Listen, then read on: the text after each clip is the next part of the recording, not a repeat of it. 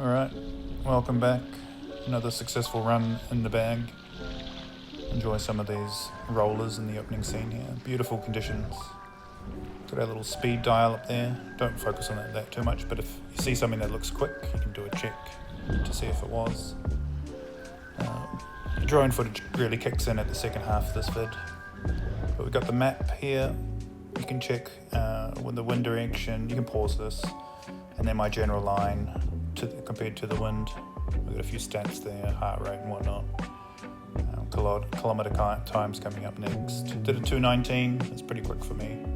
2:14 I think is my fastest. Anyway guys, enjoy. Matt's going to use the 1255 all. Glenn's going to use the F1 Eagle X. Todd's using the 1180 HA. John's going to use the 1070. Smart choice. My go-to. I'm the only coder. Scott's going to use the 860R. Okay, so this was James Casey's actual board. Yep. The one that was famously dragged across the rocks. Fireball 1070. Advanced plus fuse 700. 45 rear. And then the cut down mast. PVC paddle. Full assortment of gear here. Full assortment of people. This is school teacher Matt. Everybody in wetsuits. Summer. It's so water's so cold. Still New Zealand. Just getting those stretches in. Yeah. It was caught on film. Scott's already dropped his load. You stepped on the sea urchin.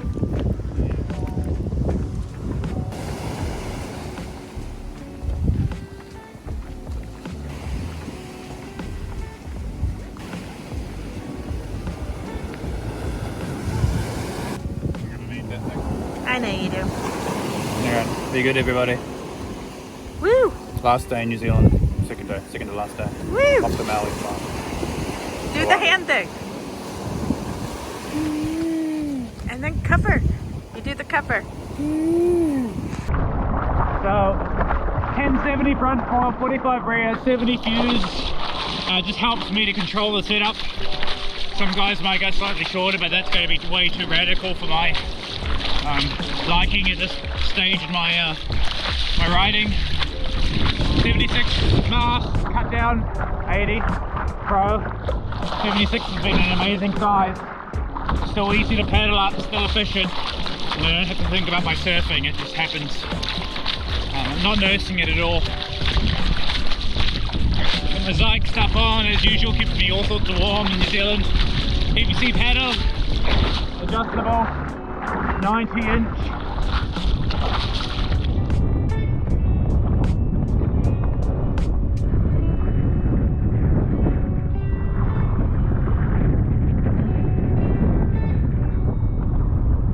There's Todd there in the yellow. Scott's up and away.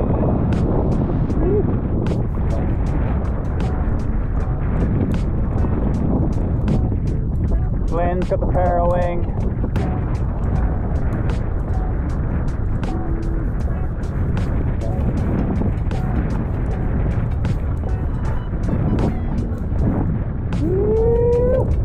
Well done.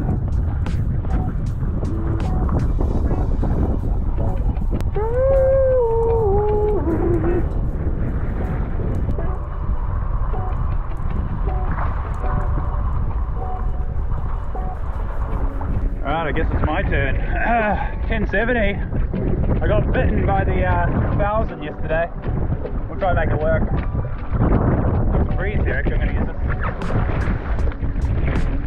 I was also on the 120 yesterday. This should be quite a good comparison to the 110. Get the paddle in the water.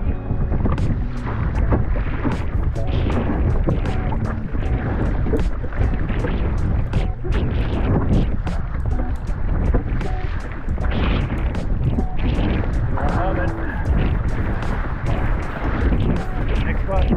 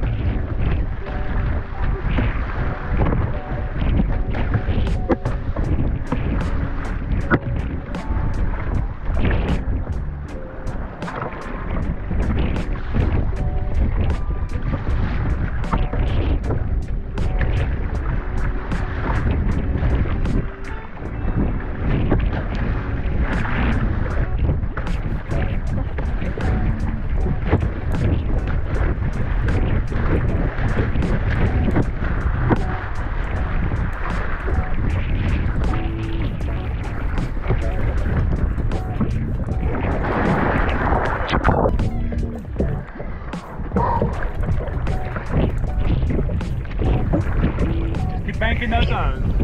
Heads up. Woo! Yeah, boy.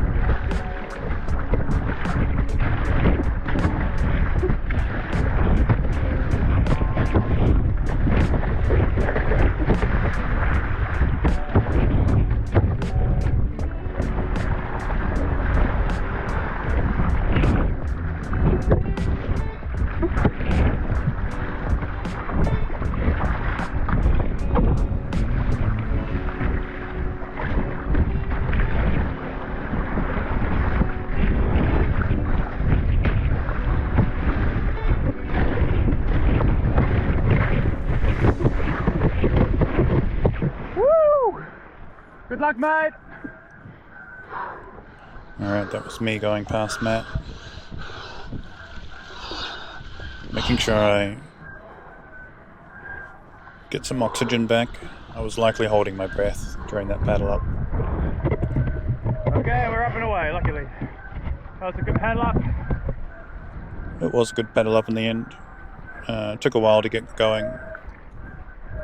The 1070 is a reasonably small foil for me, and I haven't used it that often, and so there's a level of excitement and apprehension added to the run by using newer equipment. But we made it work, and it felt much easier than the 1000 Fireball I used yesterday.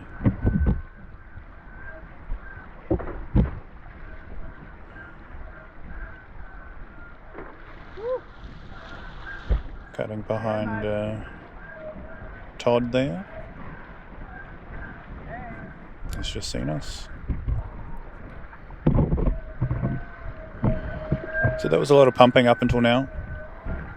Trying to gain some early ground out to the right. This is the opposite of the south side run, and we get to ride toe side for the majority of this.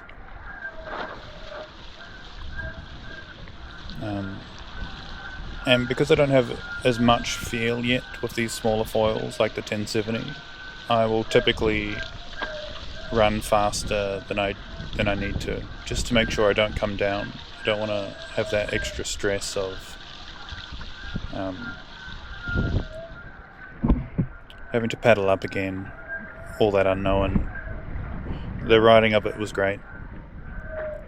Night and day difference to the 1000. There you go. Not huge conditions here too. We're still a bit sheltered from the point. There's a reef out from the starting section, and it's pretty rare that we get past it early on. But as we make ground down the peninsula, the energy naturally comes in a bit easier.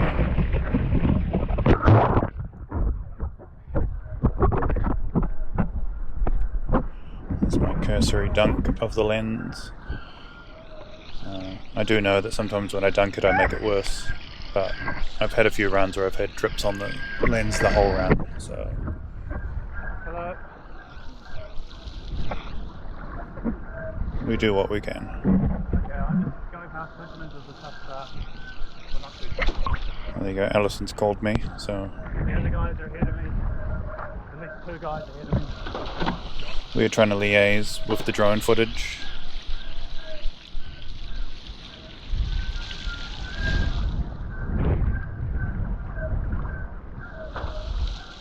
Still a pretty constant pump there. Yeah, if you do, just you can get close to this one.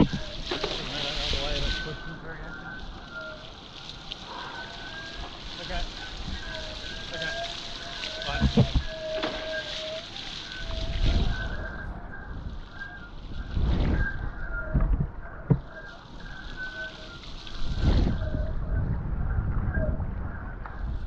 So we're pumping down the line, slightly turned behind the bump, so now we're travelling more downwind with the bumps. I've seen a trail that we can use. I can see a bump's just gone by again.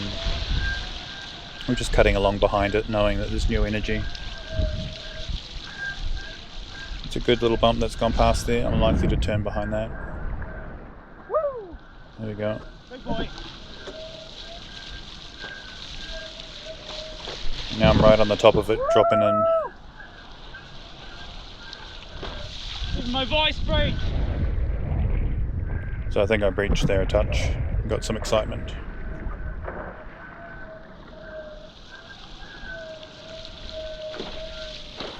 So now these bumps have gotten a bit better.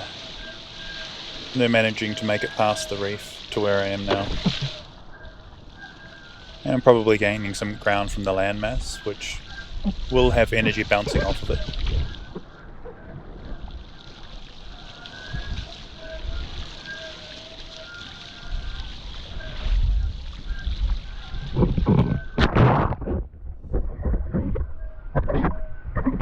And there you go, I've picked up a drip. Slight one. Keep that speed high.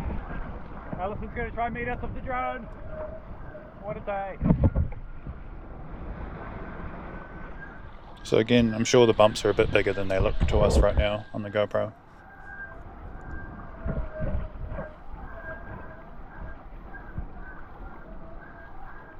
Couple of wiggles to build some speed. Big roller going past. Give it a tap into the back end. Let it pass and then tie in behind it. There's a huge run forming here. Just let them go past and follow them. Woo. The next one will get you.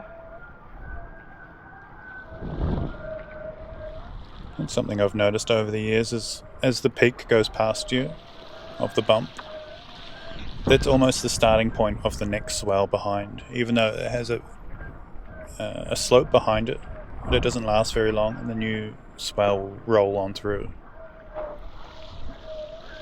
So as the peak passes under your board, give it a moment and then turn behind it,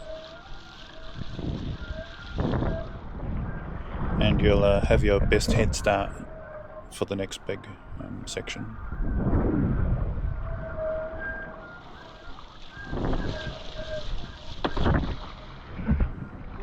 Big touch down there.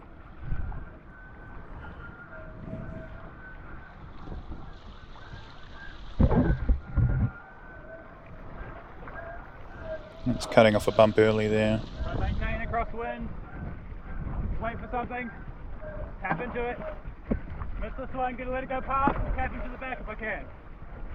The next one's forming straight away, so quite close together. Time-wise. Close together, and they look quite crossed up too.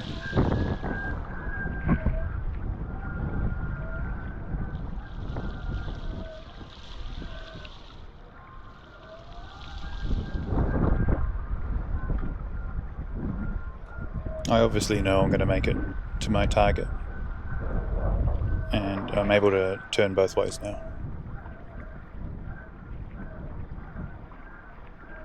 Feel pretty powered up in the 1070, it feels great. Good bottom end at these sort of higher medium speeds.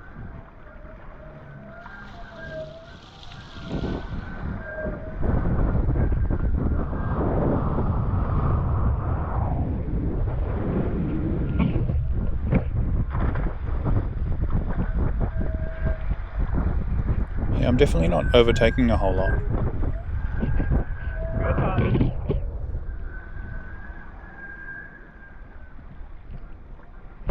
So, Easily hit high. there you go, head high. Hard to say how big.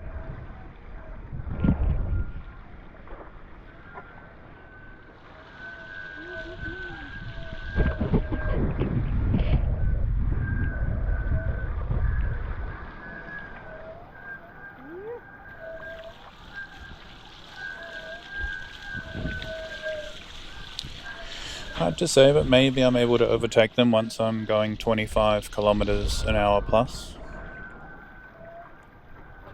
Much more miles than yesterday. We'll de-weight the pump. So I'm saying that to you guys, but also to myself, the de-weight, No thanks to me. de-weighting the pump. the smaller front foil requires softer inputs.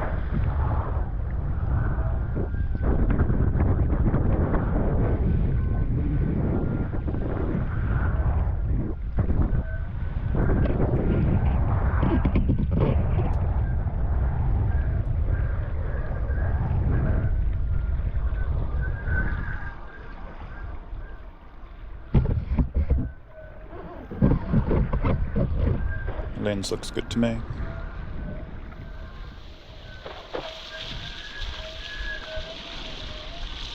If I'm going past or tie into the back of it.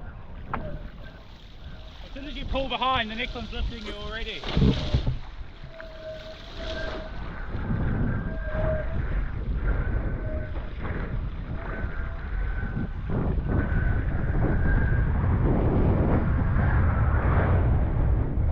That's starting to look cleaner. It really does clean up at this section. There's another reef at the end of the point you can see there behind my head. And I think the water gets shallower, and so the swells just slow up a touch, get a touch steeper, and a bit more surfy. Everyone seems to enjoy this section from Tyndall's Bay Reef.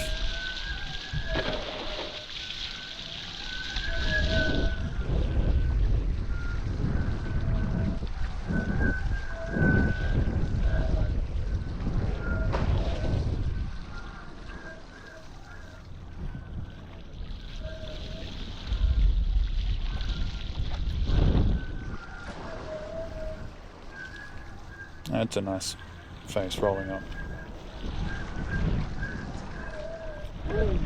Big boy. Rolled off the back, down the line.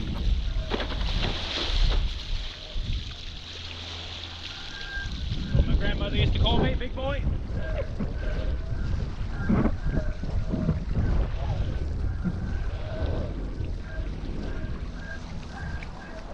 Big one.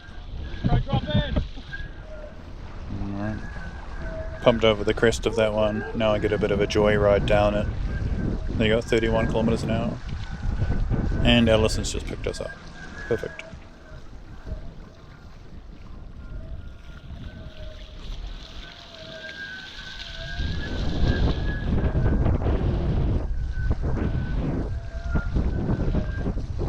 Yeah, I'd say they're about head high when you calculate from the trough.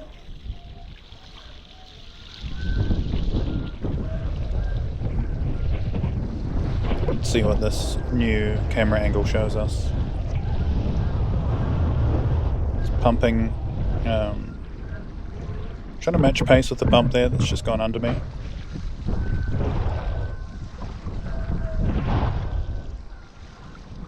It's allowed me to utilize the next piece of energy that's come to me. One's rolled under me there, you can see it rolling away, but we know that one moving away from you is one pulling something toward you from behind.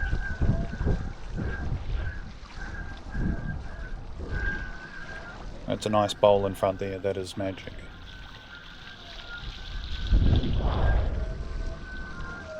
That's what you want to see downwinding.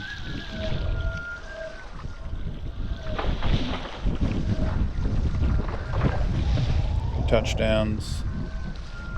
Still a good wall of energy in front of me, and I know that that wall signifies a wall coming behind it. That's quite a wide swell that we're on the front face of there. It's probably got some good speed to it. But it looks like it's gone under me, and now I'm on the crest of it on a kind of a plateau. My guess is that was probably the biggest bump of that set.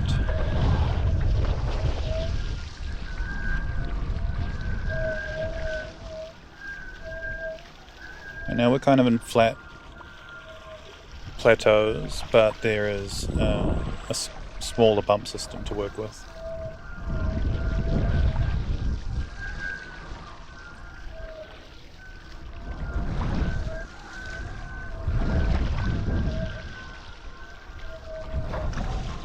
That's a nice face. Pretty tight though, not much room in front, so as long as you stick to the face you'll be fine. That face has led me into the bump behind. Now I'm pumping over the bump in front. I've obviously seen something worthwhile to chase there.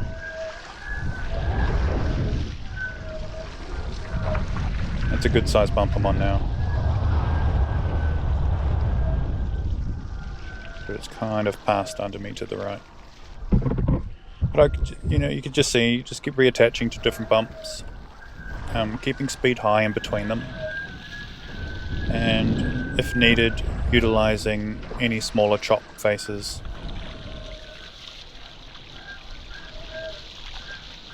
Nice bump has rolled under me, so instead of trying to get to the front of that, as long as I just follow behind it, I'll end up on the front of the one behind. It's a bigger one drawing away. Tying into it, I've got good speed there. So those big ones will give you some good speed. But normally they cost you something. You gotta build your speed up artificially first to match pace with them to utilize them. Otherwise they just pass you by.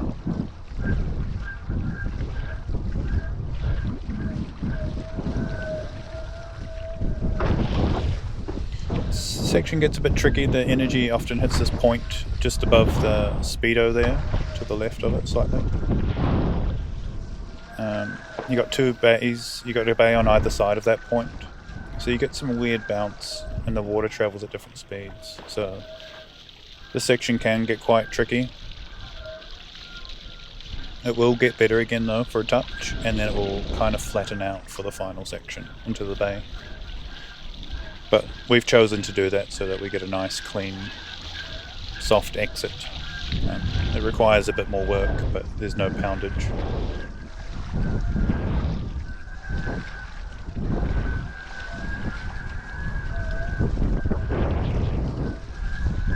Tying into a good one there.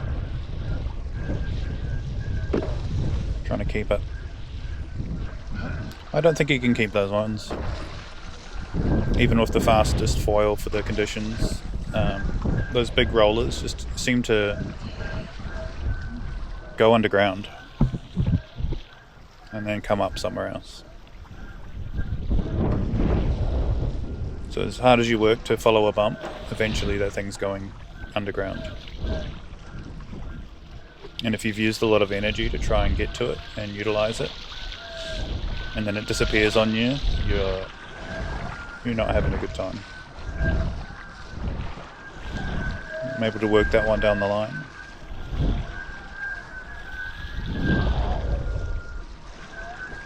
I recognise this from the opening scene actually.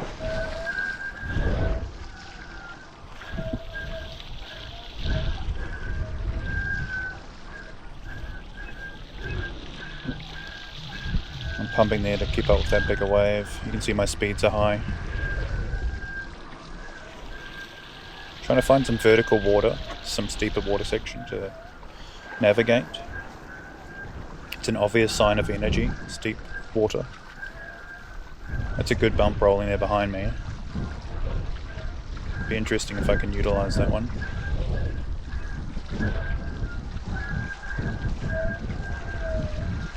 Looks like it's just on me now.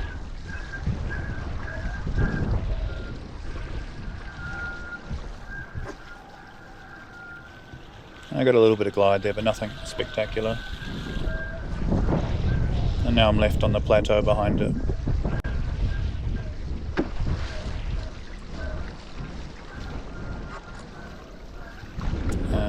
Thugging that somewhat. Putting a lot of forward bumps, building speed. Trying to catch energy that I can see close by.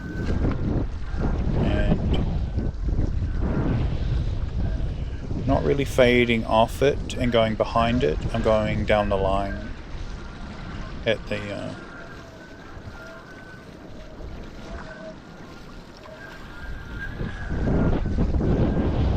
most. I'm going down the line.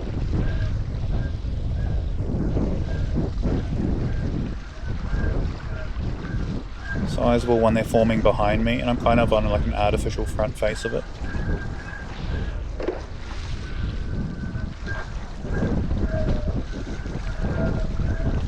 looks like there's two swells close together, so it looks like there's a mega swell in front too, and that is stopping my one from really forming and having a differential to the rest of the water. But you can see this is glassy in here now. There is almost no wind assist. And at this point, you do end up having to work hard.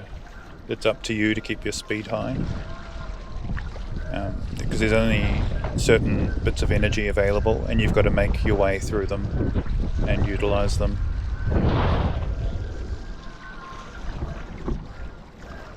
There's not much helping you in between.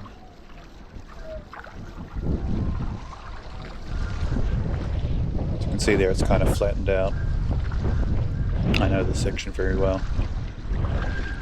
We are completely sheltered from the oncoming energy, and so we're just getting a little bit of swell wrapping around the point now.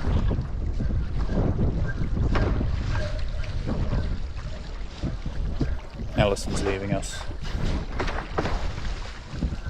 So we'll go back to GoPro in a second. There we go.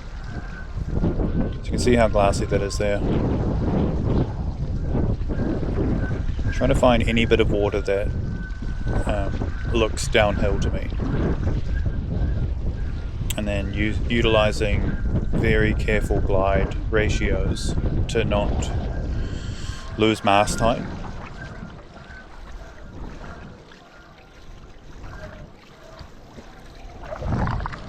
Some tight turns. I can only go down the line left or right. There's almost no option to go forward or back. And so the turns do become tighter because they require sort of 180 direction changes. But it's all done now. You're burning a lot of energy at that stage. Let's see what I have to say. Oh, looks like we lost the drone. Allison must have gone back. Great run, 1070. I'm wondering if my 1000 has an issue, because that night and day difference. Awesome run. Scott and John got in. You can see Shane at the end. Hopefully Todd and Matt do well. We'll see. Anyway, on to the next one, guys. Woo! Be good, stay strong. See ya. Bit of an outro there.